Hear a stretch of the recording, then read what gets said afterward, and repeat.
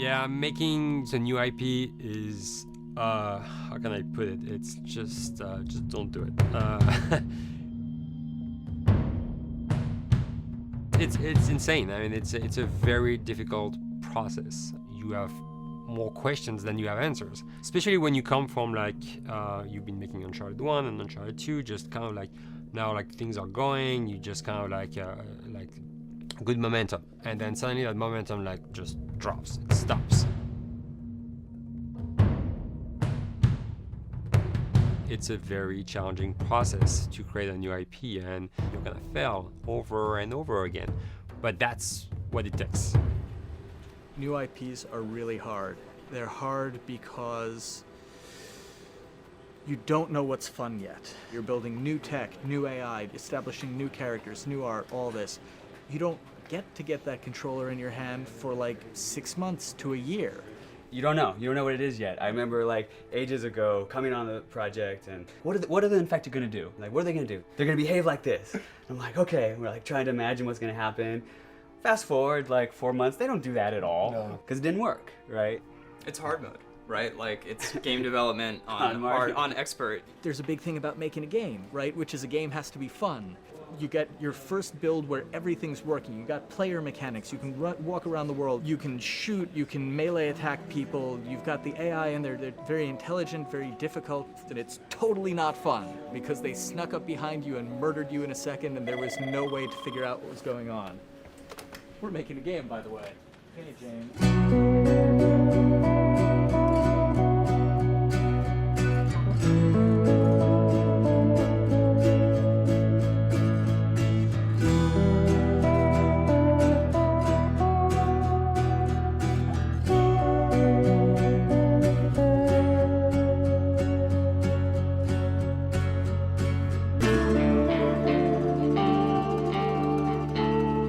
The company has grown quite a bit since I started. I think I was the 12th employee or something back when we got started, but we've tried to stay true to those smaller studio roots. I've been here for 16 years. There's just no reason to leave. I just like the environment here. It's very non-corporate. I think the way we work on Naughty Dog is kind of special because we don't really like hierarchy or bureaucracy, and no one is really just a manager here. Naughty Dog has a very flat structure. We pretty much all report to the co-presidents and the game directors. I always tell people when we hire them, just like, my job is going to be able to trust you, and that's what I want. I want just to give you something and you go with it, and I know it's going to get done. We believe in iteration, we believe in collaboration, and we believe in the people making the game working directly with each other.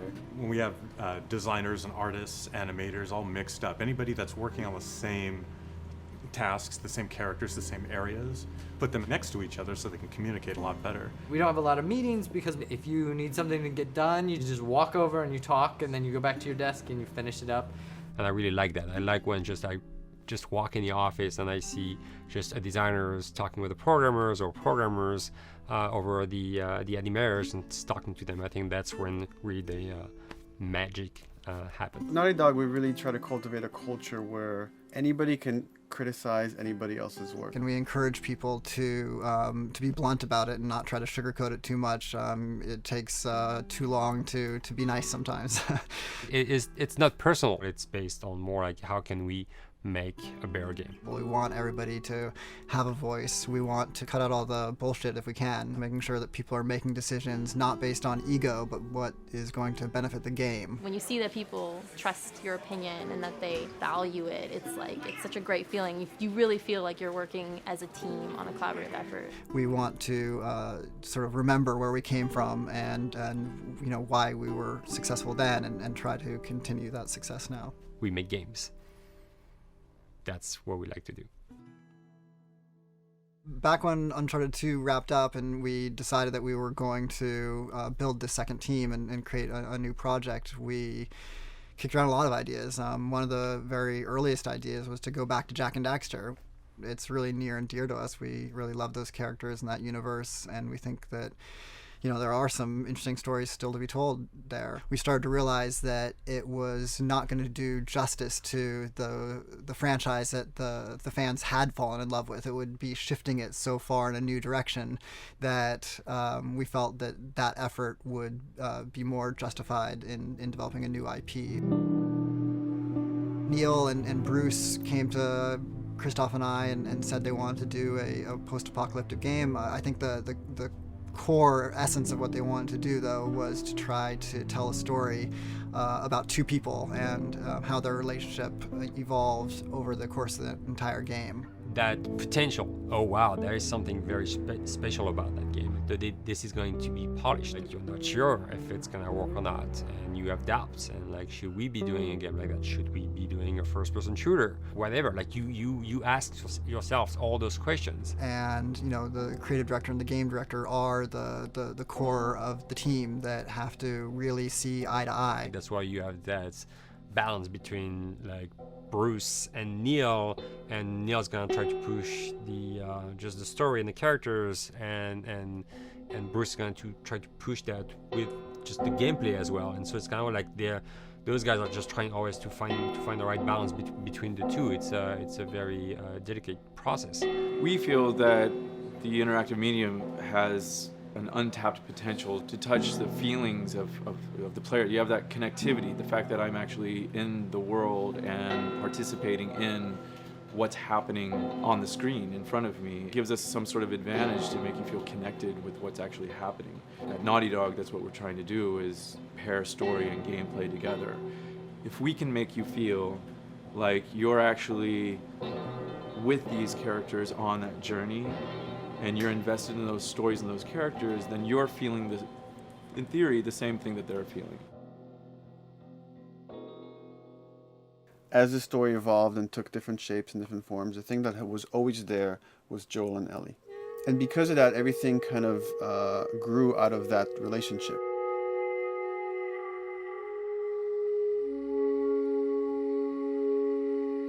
We've seen kind of that role of the anti-hero change, especially over the last 3 to 5 years, to where before it was like, the thick-neck mercenary kind of guy. For this game specifically, for this story, we needed something new.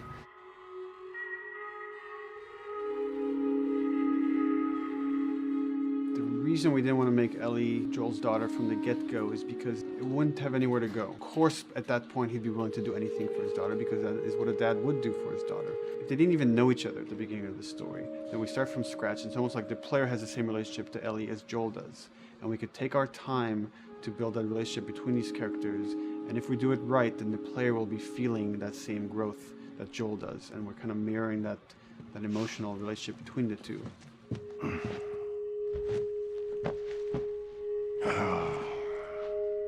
What are you doing? Killing time. Well, what am I supposed to do? I am sure you will figure that out.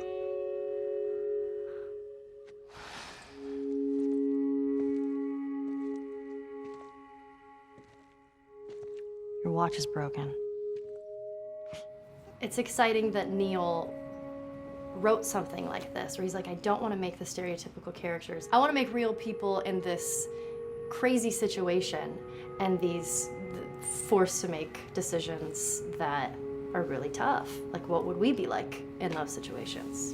I mean, we weren't consciously trying to pick male or female for characters. You just try to pick characters and just be honest with who they are. It almost doesn't matter, right? Joel's daughter could have been Joel's son. Ellie could have been a boy, and Joel might have been Tess. You could have swapped those roles, and I think the story would have still worked. The focus on female strength, it's so unique. You get to see what's so powerful about a woman through all of these female characters, which makes this game wonderful and unique. There's a crew of Fireflies that'll meet you at the Capitol building. That's not exactly close. You're capable. You hand her off, come back, the weapons are yours. Double what Robert sold me. Speaking of which, where are they? Back in our camp. We're not smuggling shit until I see them. I want Joel to watch over her. Whoa, I don't think that's the I'm not best going Ellie. with him. How do you know them? I do think having a strong female character, especially like Ellie, is so rare in video games. And as a gamer, and more specifically a female gamer, it's frustrating to me because I'll see sort of the stereotypical female character where she's amazingly beautiful and huge boobs, and she's there to be either the love interest or just because they're like, well, we need to throw a chick in here. We've seen the strong woman or we've seen the weak woman. We haven't necessarily seen the empowered woman from this kind of standpoint. And there's that beautiful scene where Joel finds her inside the house and she's reading through this girl's journal going, is this really what they used to worry about? What shirt do I wear and what boy am I gonna go out with? You know, and to be met with those first world problems that we deal with every day and go, how trivial is all of this? I think it's gonna resonate a lot, not just with, you know, a female audience, but with a male audience as well. The thing that was intriguing to me after the fact is knowing that we're kind of creating a female action hero in a way, and this is her origin story with Ellie.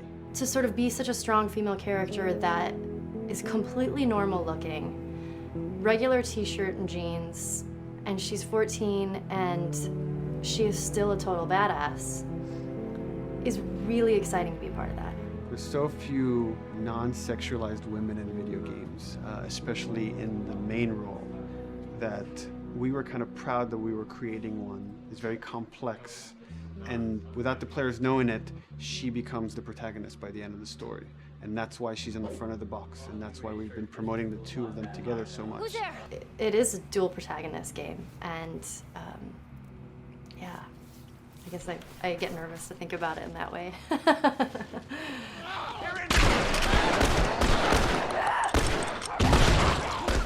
We couldn't talk about it. In fact, in interviews we've been lying about it, saying you never play as Ellie because it was so important for that to be a surprise. Sorry, journalists. Here we go.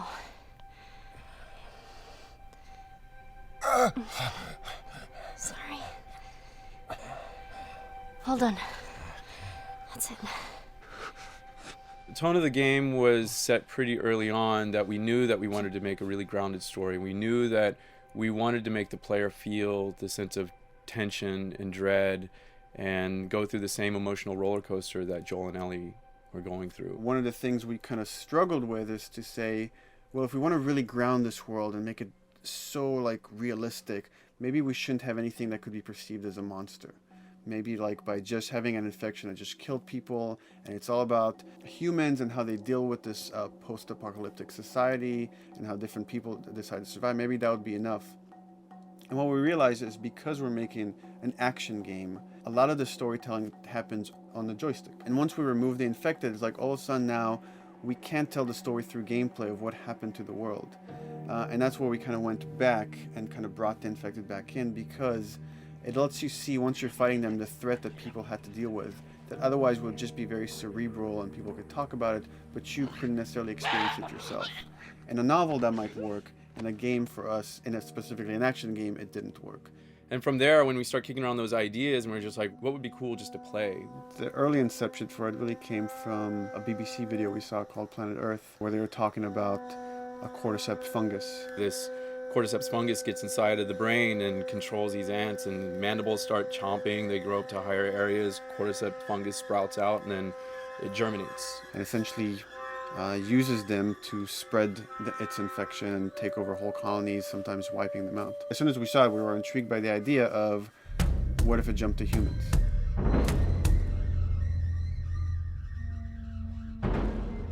So what would happen? How would people react? What would happen to society?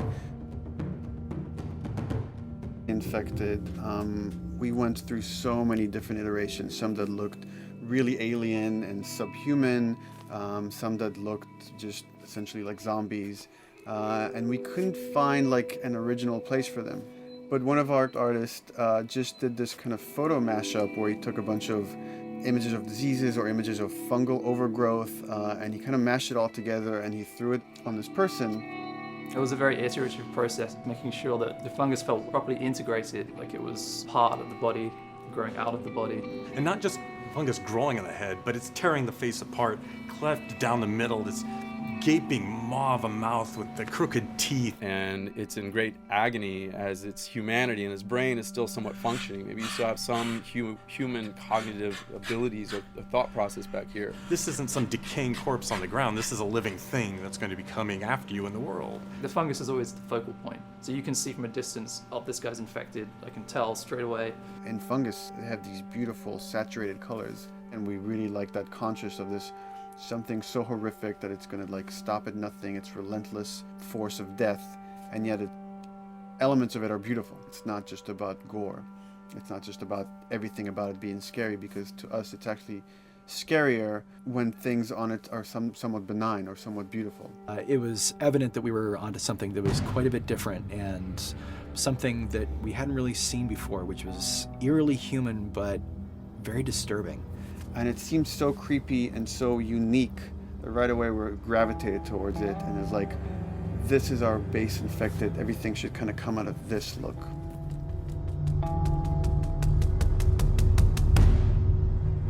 So once we had this idea of the face-splitting kind of look that eventually became what we called the clicker stage.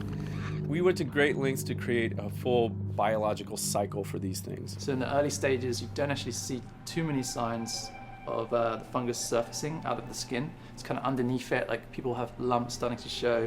The eyes will be kind of cloudy or lopsided because the fungus kind of originates inside the head. That moves into the next phase, which is the clicking phase. And if they mess with the eyes, we end up saying, well, how do they get around? Oh, echolocation. And they use a form of echolocation to track down their enemies. Just like bats, or even some blind people can see by making a clicking sound, a sound that on its own wouldn't be very scary. And then to associate it with something that people in this world are very fearful of, so that as you're exploring an environment, all of a sudden you hear this click, and you're seeing everybody just get frightened, just everybody duck, everybody hushes. Oh, great.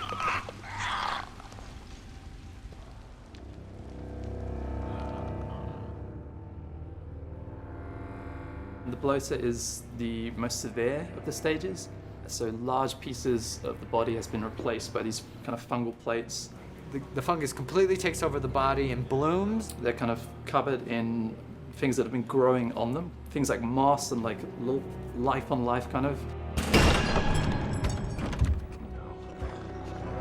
What the fuck is that? Goddamn bloater! When the infected feels like it's going to die, it finds like a dark corner and it becomes part of the environment. The human elements aren't there anymore. And then the body is gone. They lay down and sprout and then spew spores. And if people can breathe those spores, they become infected as well. It all had to kind of make sense of how each stage flowed from one to the other. And that's hopefully how we've created a world that you can kind of look through it and understand the science behind it and say, I could buy this, I could get into this.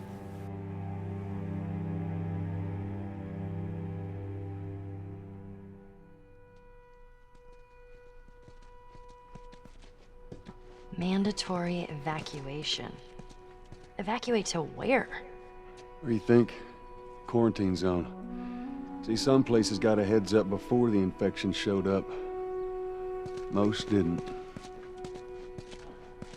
Over the course of Joel and Ellie's journey through this game across America, you find all these different societies, all these different enclaves, and you get to see how do they deal with the infected. Without the manifestation of this infection, you can't have these people making those interesting choices.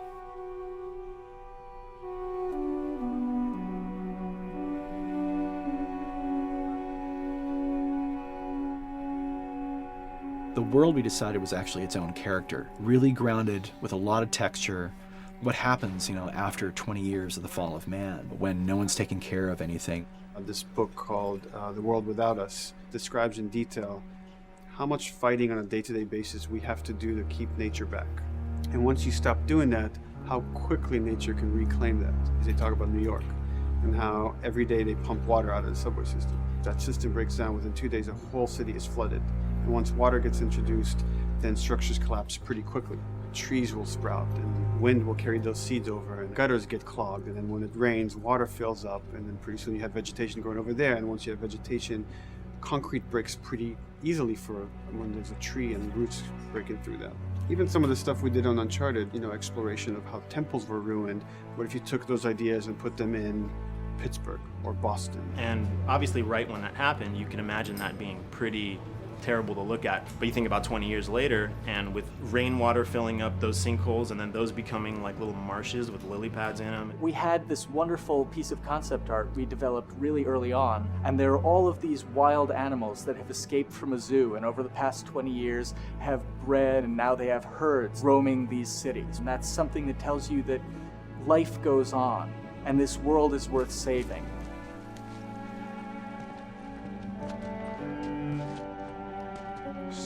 Don't scare it. I won't. There's something really pretty about nature reclaiming its domain once we are gone. So fucking cool. We have another level of OCD of the logic goes into some of these environments.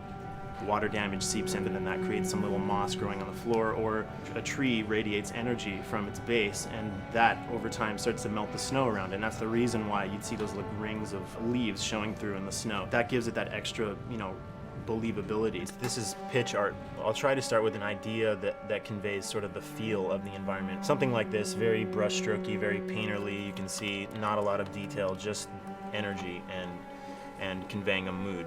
This is sort of just a conversation starter, and then this would be more of an actual space. So you start talking about, is this too tight of a space right here? Would the player even fit through there? Do we even want to include water? Those are conversations you start having a little bit later. And then it usually needs several more passes back and forth in order to be tightened up to be the experience that you would see in the final product. So, dude, I was actually trying to figure out right here, there should probably be some dead foliage. It might be cool to see some of the dead stuff around the edges of the green, or like even spilling out into the street. Maybe what we do is, in some of these areas, we use it as like a transition from the actual concrete to the side of the building. So like they're almost sitting on top of a bed of dead foliage, like that really rich kind of like orangey brown color. Sienna or something would be nice. Something real cheddary. That's how you know you're done. The end product often ends up being stronger because that bouncing back off somebody else gives you a result that maybe you wouldn't have even thought of in the first place. All right, here's the bridge. That's our way out of here. As far as concept art goes, definitely the ultimate goal is just helping everybody as much as possible. Me and the background artist will work together. I'll often just go to them because they've got like a really, really good like visual imagination. At some point, almost like flat on. So that's kind of good because the bus station is right in your peripheral view, and you're probably going to enter the bus station. You're probably not going to get lost. But it doesn't at all utilize this cool architecture here, like the bus station sign. Like that's a really distinctive silhouette, and it's a really interesting sort of architectural detail. So we changed the entrance. Look at that. Another city, another abandoned quarantine zone. I think it's a better composition anyway. It's not so like symmetrical. And I think that was done so that this sign read better. If you didn't see the word bus on it, you might not know it's a bus station. So I think that helps. Everything we're doing in the environments is relating back to what you should be feeling in the story or what's happening to these characters. So is that everything you hoped for? Jury's still out. But man, can't deny that view. Come on, this way. When we first came up with Ellie and Joel, we had this idea in our heads of who they would be, but we didn't necessarily know the voice. It took us a while to find our Joel, but for Ellie, I think Ashley was the second or third candidate to walk in, and right away we knew. Yeah, you know Why what? are you so scared all of a sudden? Because I'm a coward, okay? So just get your shit and let's get out of here.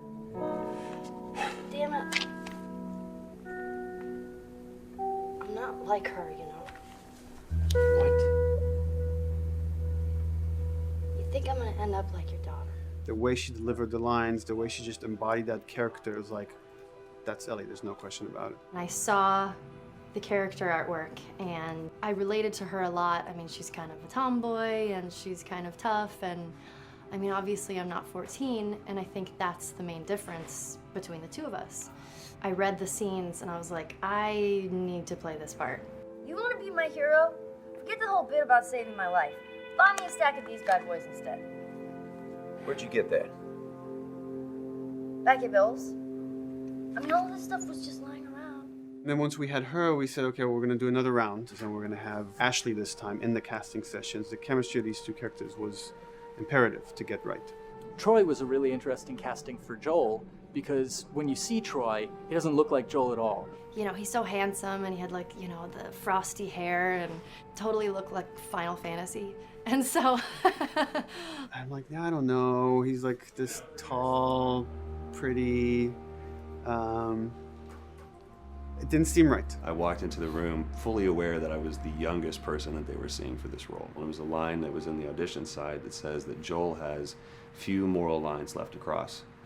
And so that became the anchor point to the character. But then as soon as he spoke, and he had the grit in his voice. Warm, yet kind of dangerous. And his movement is just like, you bought into it. Why are you so scared all of a sudden? Because I'm a big coward, okay? Now pack up your shit and let's go. God damn it. I'm not her, you know. What? You think I'm gonna end up like your daughter? Lily, you are treading on some very thin ice right now. It was Ellie and Joel. after he read, it was just like that was it. I've done some video games in the past, but to be handed the mantle of a franchise like this was a pretty big honor. Is she alive? She's alive. She's David's newest pet. Ah! Where? In the town. She's in the town. You mark it on the map. It better be the same exact spot your buddy points to. Neil pulled me aside one day, and he said, I have some ideas. And as you're well aware, Neil is a little twisted. He came up with this character, and, I just jumped at it. It was such a departure from everything I've done here for Naughty Dog, to say the least. Name's David. This here's my friend James. We're from a larger group. Women, children.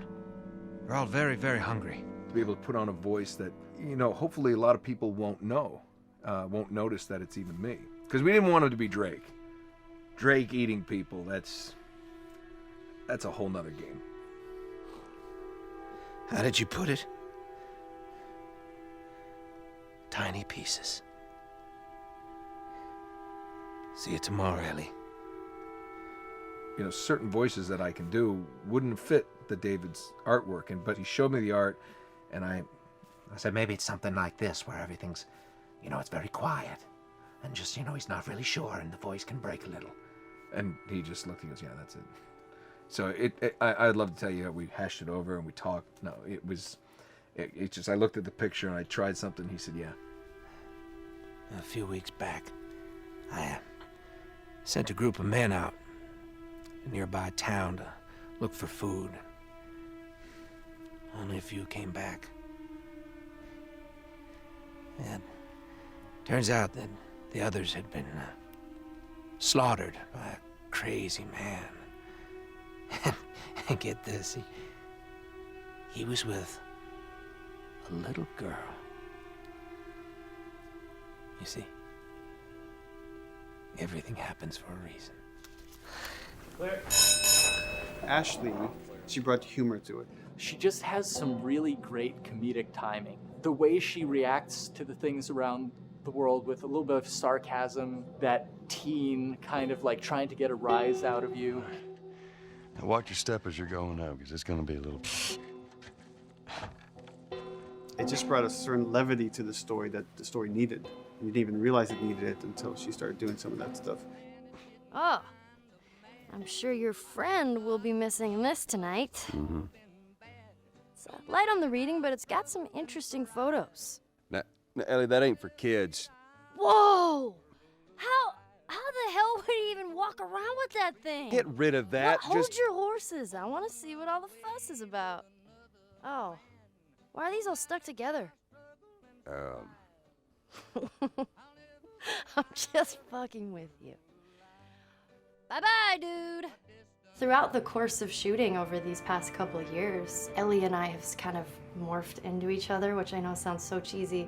Neil always asks, he's like, well, what would you do in this situation? I think the most important thing that Ashley brought is a sense of capability to Ellie's character that wasn't there in the beginning. The very first thing we shot involved her being pulled out of a car and attacked, and Joel was supposed to go save her. It was written that Ellie sort of was just kind of watching on the side, just waiting till he was done, and I was a little frustrated because I was like, well, if this were real life, I would do something. We did a couple takes, and at some point she walked up to me and she said, I feel like I'd hit him.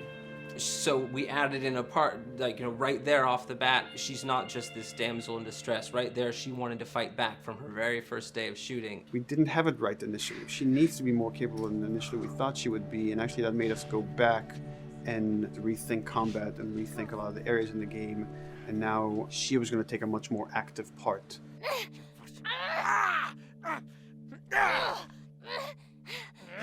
Anything that requires, a lot of body movement, we do with the actors on the mocap stage. And we try as much as possible to use our actual principal actors, use their body motion as well as their voice. We capture it all at once there on the stage. Having the actors perform as well as being recorded at the same time was imperative to get an accurate performance. Because every time you split up the performance in any way, you lose some of that magic where they did a gesture or they delivered the line a certain way. And those things have to be in sync, or there's just something subconscious that's like off-putting about the performance when you don't do it that way. You are treading on some mighty thin ice here. I'm sorry about your daughter, Joel, but I have lost people too. You have no idea what loss is. Everyone I have cared for has either died or left me. Everyone fucking except for you. So don't tell me that I would be safer with someone else, because the truth is I would just be more scared. It gives you the most authentic, most realistic performance, because you're actually there, not just making your own choices, but making your own choices based on the other people that are involved in that scene. So you get this truly natural approach to things, and it shows up. It's like theater in the round. You can do anything from any angle, and the smallest, most subtle thing we'll be able to pick up. There's no place to hide. So you have to be as prepared as possible, because you have no idea which moments they're going to use. There are these little improv moments and, little nuances that you get that probably isn't scripted, that just comes out of play, while they're performing.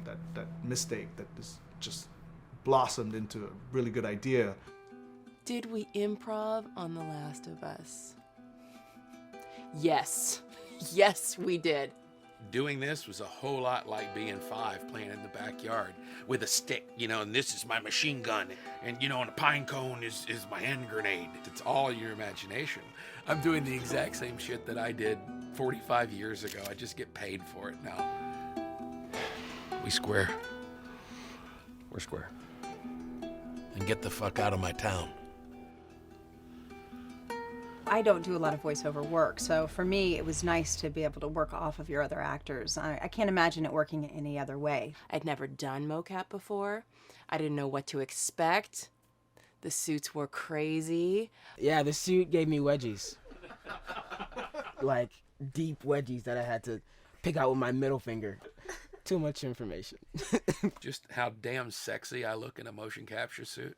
I look like 10-pound of sausage in a 5-pound casing in that thing, man. Once you get past the fact that like everybody else and you look like weird clown people with these little dots and stuff, once you like give over to that, it really was pretty easy to make it just feel like you're in the moment and in the scene. So everyone that was on this is a slam dunk. This isn't just another gig to them. And that creates a really cool energy for people to really start experimenting and playing jazz. Floor is yours. And action.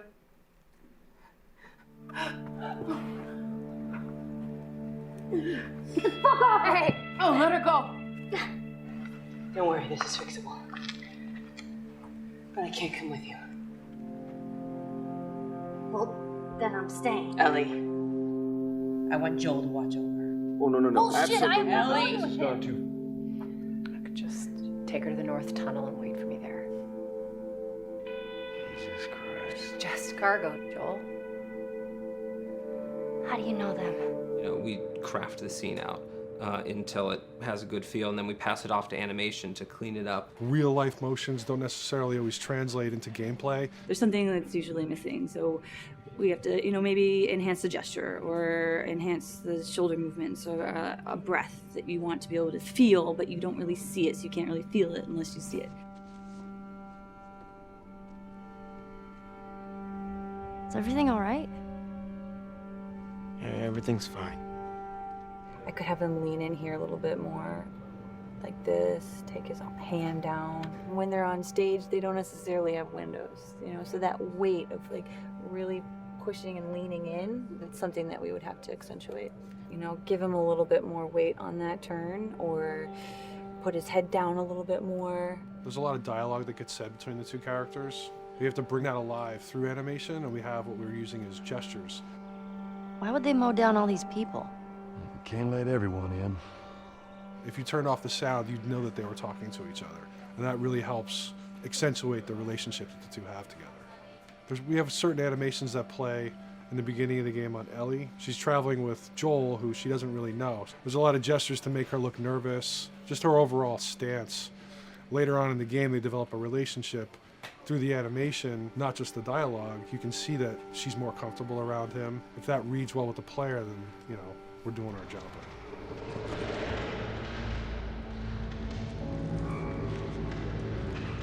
We want her to look scared when she gets a gun.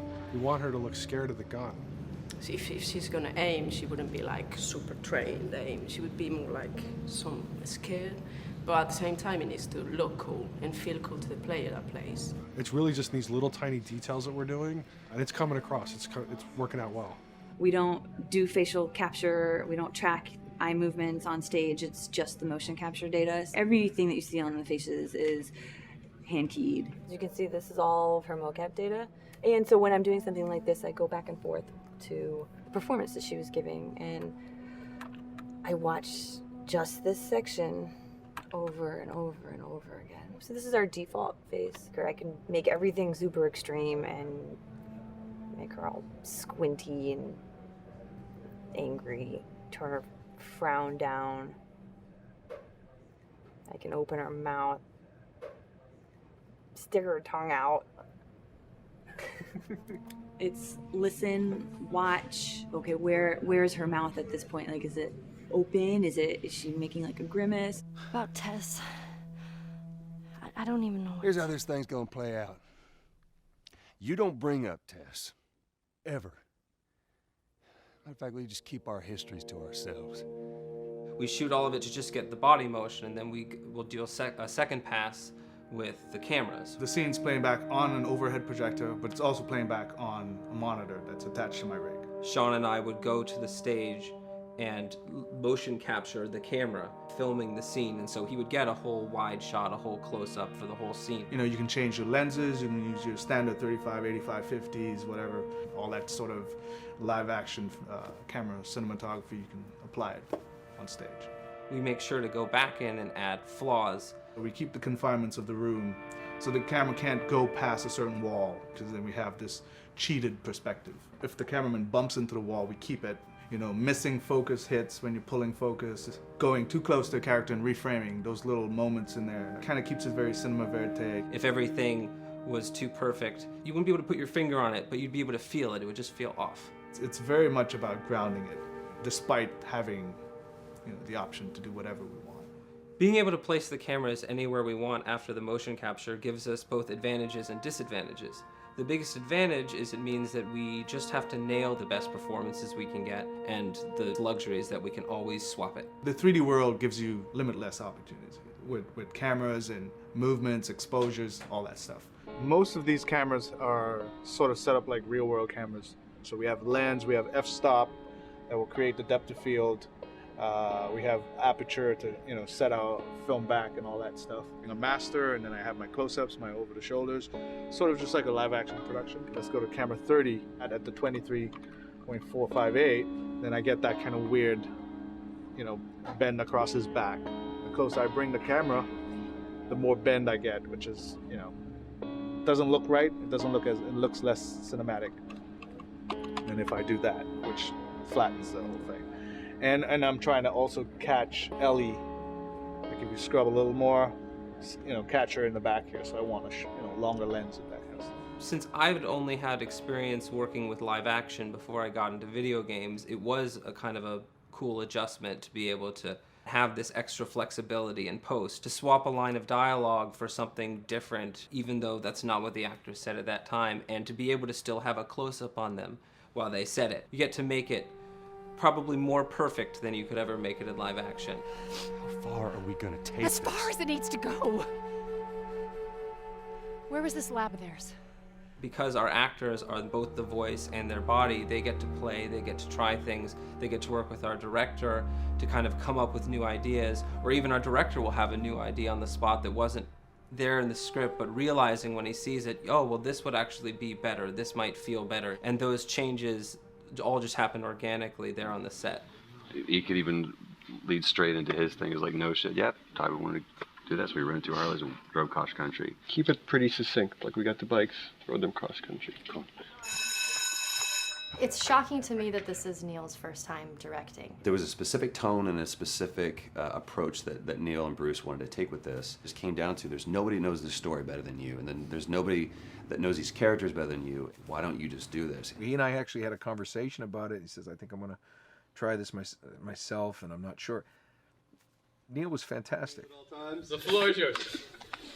Okay, so remember, you've been running away from this turret-mounted truck. If you come to this dead end, you're going to look up and see a potential way out. And action. Check it out.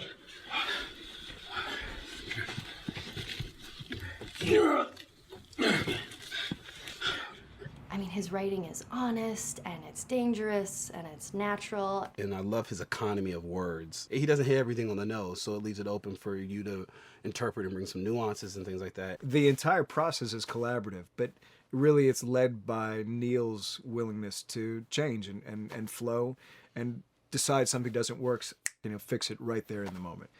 And it is something that's very foreign to the way that TV and film is done now, where everything has been micromanaged by the time you get it to the table read, and no one wants you to change anything, and everything's very precious and has been rewritten with notes from 20 people in suits, and you can't do that just anywhere in entertainment these days. Yeah, I want to make sure. I think I swung too far over to this way, and now it's a little bit of making jokes about it. And I need to bring it back to center a little bit.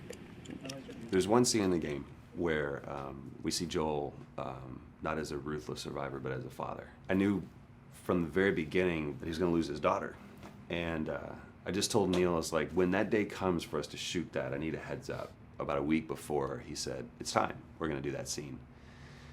I was like, okay, because I knew that I was going to have to go to this place that you don't really want to go to as an actor. You want to find some aspect of reality that you can empathetically draw from, Troy and I were both kind of just like walking around for a while and just kind of getting into the zone, and well, my grandpa died when I was 8. He was like my dad, and so that's always what I use to get into that place. I started recalling all those memories and starting pulling up all those feelings, and they're just right underneath the surface. When I walked back in, everyone realized that something was different. They kind of like calmed down, You could feel the energy just like drop a little bit more. It was brutal. I lose my shit. I mean, just completely break down. Don't do this, please, God, no. Oh, God, no!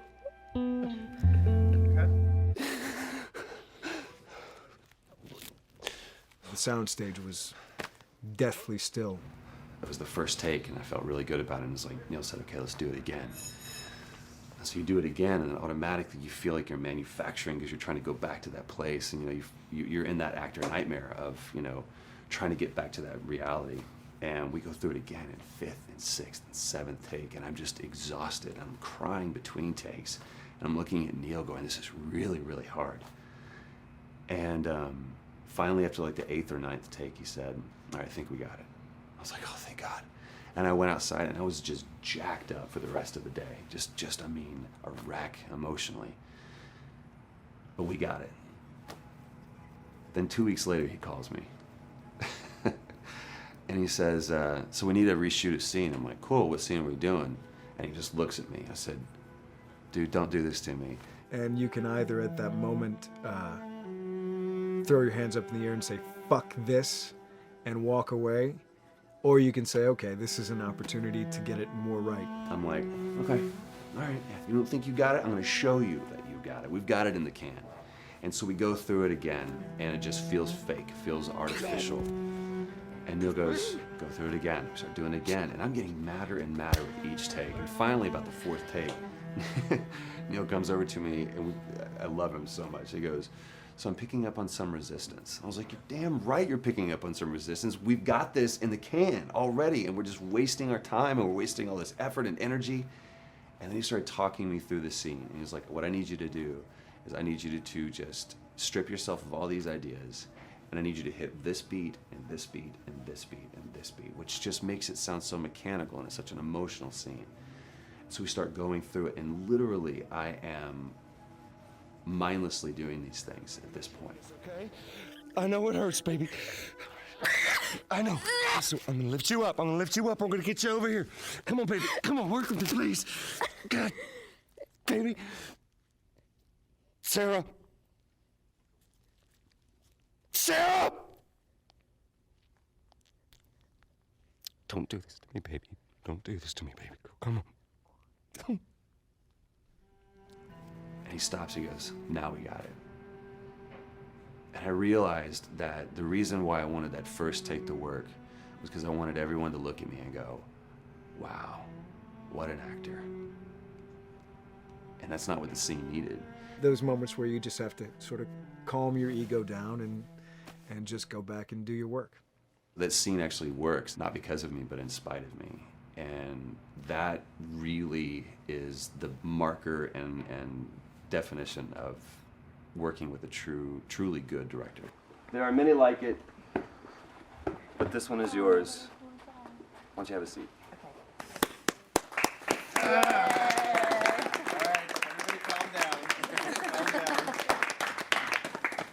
Thanks, guys.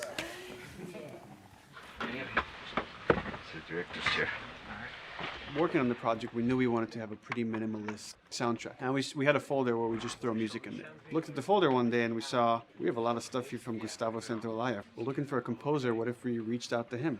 Oh, no. Sarah. Move your hands, baby. I know, baby, I know. Listen to me, I know this will. You're gonna be okay, baby. Stay with me. I want to pick you up. I know, baby. I know it hurts. Come on, baby. Please. I know, baby. I know. Sarah. Baby.